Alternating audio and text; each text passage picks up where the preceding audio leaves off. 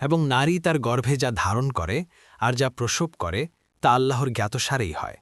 আর কোনো বয়স্ক ব্যক্তির বয়স বাড়ানো হয় না কিংবা কমানো হয় না, কিন্তু তা তো রয়েছে কিতাবে। নিশ্চয়ই তা আল্লাহর জন্য সহজ।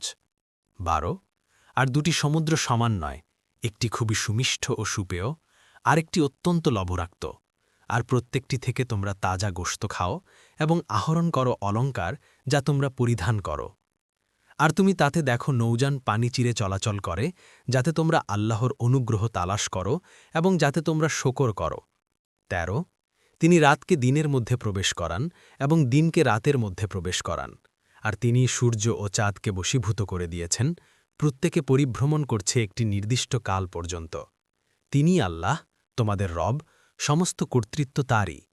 আর আল্লাহকে ছাড়া যাদেরকে তোমরা ডাকো, তারা খেজুরের আঁটির আবরণেরও মালিক নয়।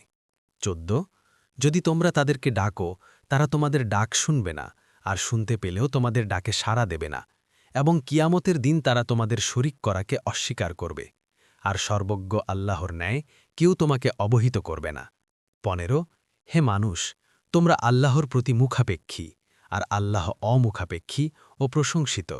16 যদি তিনি চান, তোমাদেরকে সরিয়ে দেবেন এবং একটি নতুন সৃষ্টি নিয়ে আসবেন।